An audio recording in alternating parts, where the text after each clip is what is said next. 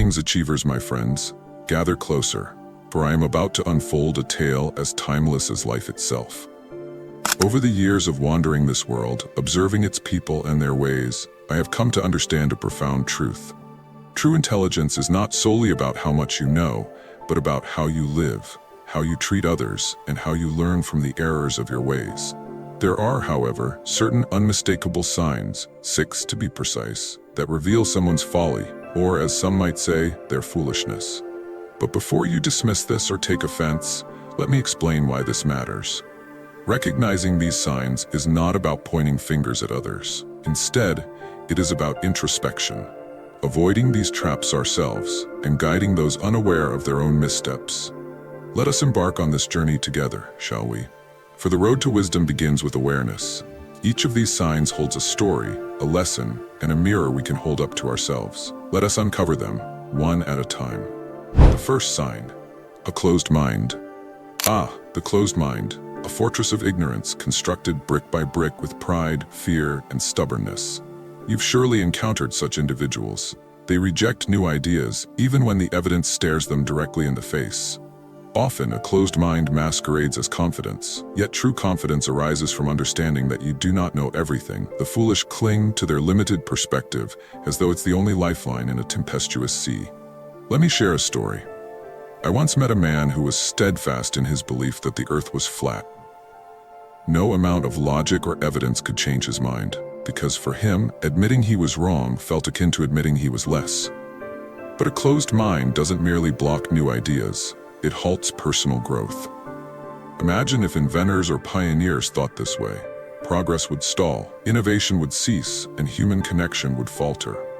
The truly wise, however, are unafraid to admit, "I was wrong." They seek out truths and embrace them, regardless of how uncomfortable they may seem. The second sign, constant blaming. How simple it is to point fingers. A foolish person excels at making excuses. Nothing is ever their fault. Missed a deadline, they blame the system. Lost a friendship, they call the other person too sensitive. But deep down, we know the truth, don't we? Here's another tale. In my village, there was a young man who aspired to be a great artist. Yet every time he failed to finish a painting, he blamed the tools, the lighting, or even the weather. Only when he accepted responsibility for his own efforts, or lack thereof, did his talent truly flourish. By taking accountability, he transformed not only his art, but also his relationships. Others began to trust him, and in turn, he learned to trust himself. Blaming others serves as a shield, protecting foolish individuals from facing their flaws. But it's also a prison, confining them and preventing growth.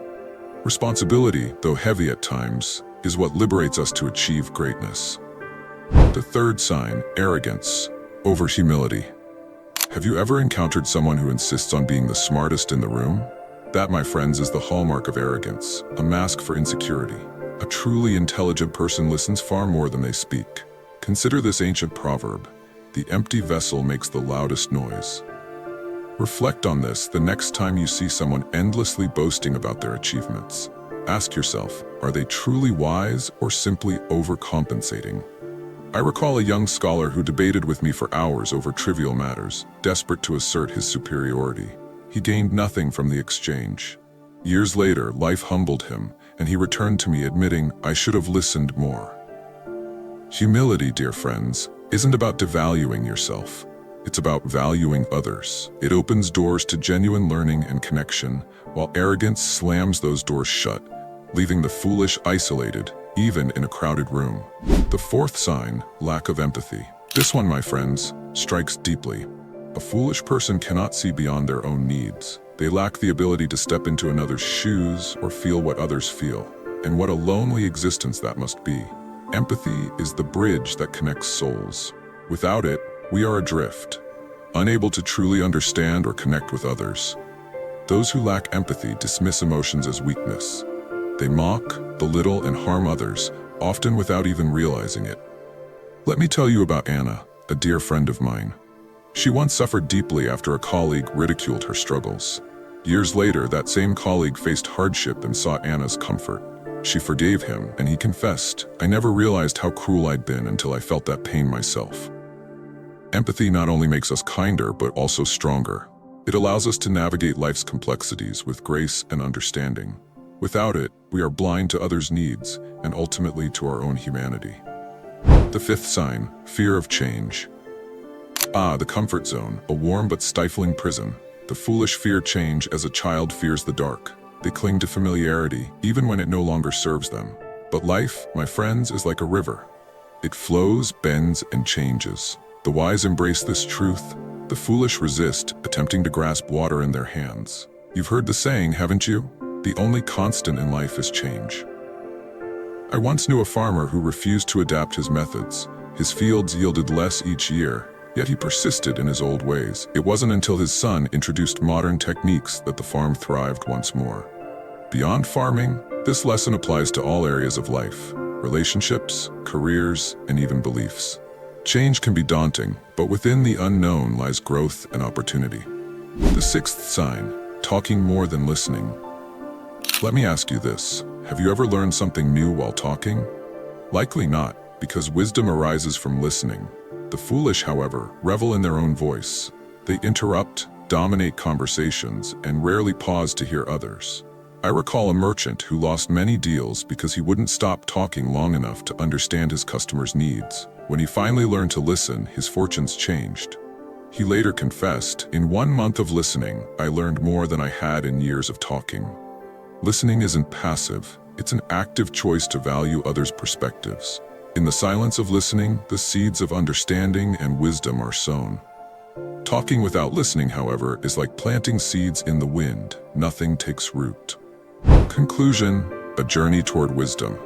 And so, my friends, we arrive at the end of this reflection on the 6 signs of foolishness. But let me leave you with this thought.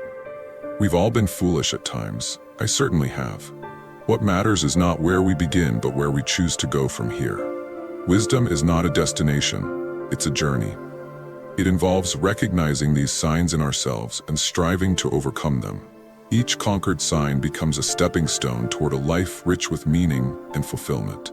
As we part, I encourage you to reflect: which of these signs do you recognize within yourself?